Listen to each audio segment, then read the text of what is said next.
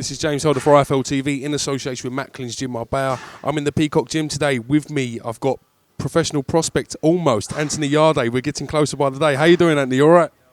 How are you, James? Good, man. I'm from London. On the come up, Anthony Yarde on the come up. How you doing? We know you've recently had your medicals, talking to Tunde Ajay today. Everything's moving forward for yourself. How excited are you? You could be making your pro debut very soon. I'm very excited. When I first started boxing at the age of 20 years old, I started competing at 21, which was 2 years ago. I had one season out as well. But as soon as I started competing, I said, you know, my aspirations are to be a great professional. I want to go to the highest limits as a professional boxer.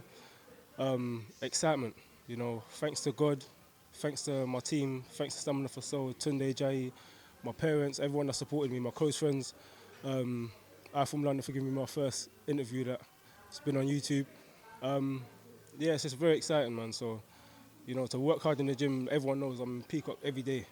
I was in TKO before, still, it closed down, everyone knows that, but I was still there. I was going, nothing to do with loyalty to gyms or nothing, but when Peacock was closed, I was in TKO at night. So I really wanted it as a boxer, so I just worked my hardest. So as it's coming now, I've passed my medical, it's just exciting, very, very exciting.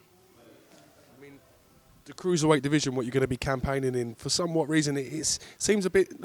It needs rejuvenating a little bit in Britain. How confident are you that you can be the guy to push this division forward? You know, I'm actually going to enter at light heavy. So in between light heavy and cruiser, I can do either, because I walk around roughly around 84 kilos anyway. But I spar with a lot of cruiserweights. I do good against a lot of cruiserweights. I spar light heavies as well. But all it is about the weight. I will see how I feel comfortable. I'm not going to drain myself to make weight. I'm not going to try and bulk myself up. However I'm training, that's how I'm going to fight. Whether I'm a bit lighter or a bit heavier. If I'm a bit heavier, obviously I'll have to come down. If I'm a bit lighter, you know, either way I'll still either box at light heavy or cruiserweight. But divisions don't really matter to me. At the end of the day, I think it's about skills. That's something I've learned off of Tunde. Skills play a very big part in boxing. Obviously, you need your fitness, because obviously hard work beats talent. But, you know, it is about skills, and styles make fights, things like that. So it's about adjusting, you know, figuring out your opponent as quick as possible, using these weaknesses to your strengths. So weight ain't really a matter for me, but whatever weight division I do go in,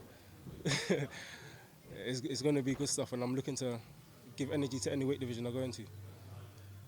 I mean, those that know about you from the amateur days, 12 fights, 11 KOs, found it hard to match you up a little bit in the amateurs. So do you think your style's going to be more suited to the paid ranks? 100%. 100%. When I was in amateurs, it was very frustrating. My first year as an amateur, everything was flying, sparks were flying. I was fighting once a month, once every 2 months, so I was in the zone. I think my second fight, this is the only fight that actually went the distance, and this is the fight that's like haunted me.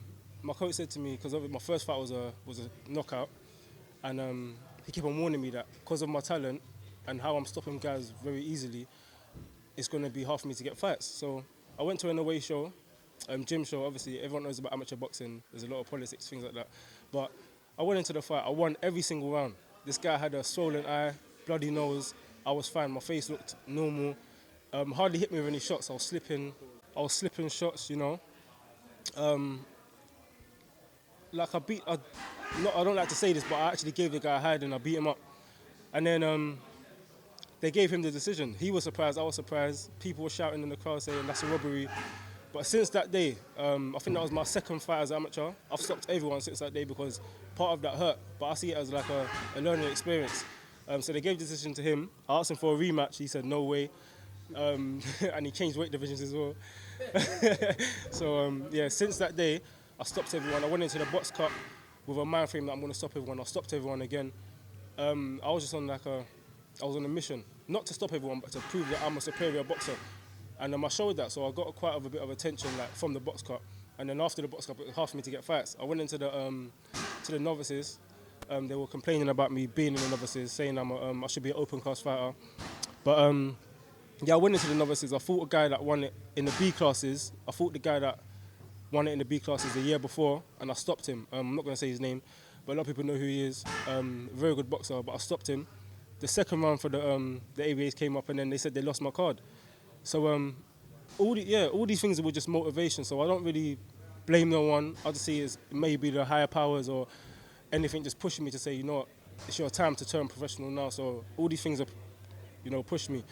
Great coach Tunde Ajayi. As an amateur, I trained with Tony Cisse. I give Tony Cisse his praise. He's a good coach.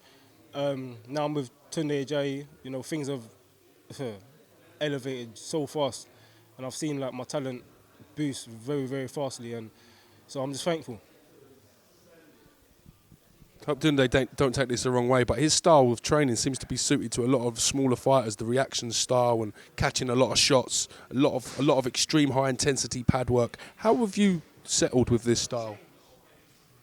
Yeah, one thing I've learned about Tunde since I've known him is a lot of people do say things like they question his techniques, but I'm a student, so from being a student, I've seen, and from my sparring, so I will spar someone 1 week, spar them again the next week, spar them again the next week, and every time I spar them, it gets better. So I can't really question anything to do with his techniques or as being a teacher, because I don't call him a coach, I call him a teacher, because he teaches me a lot. If I make a mistake, he pulls me up on it. If I'm slacking in training, he pulls me up on it.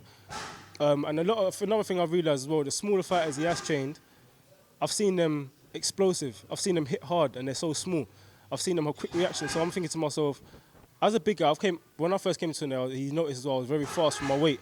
I was very powerful, so he's added to that. So nothing of mine has gone down. So I haven't really, I've only developed and improved. So, for me, in my opinion, Tunde is one of the best coaches in the world. It ain't been recognised yet, but that's something we're planning on making happen.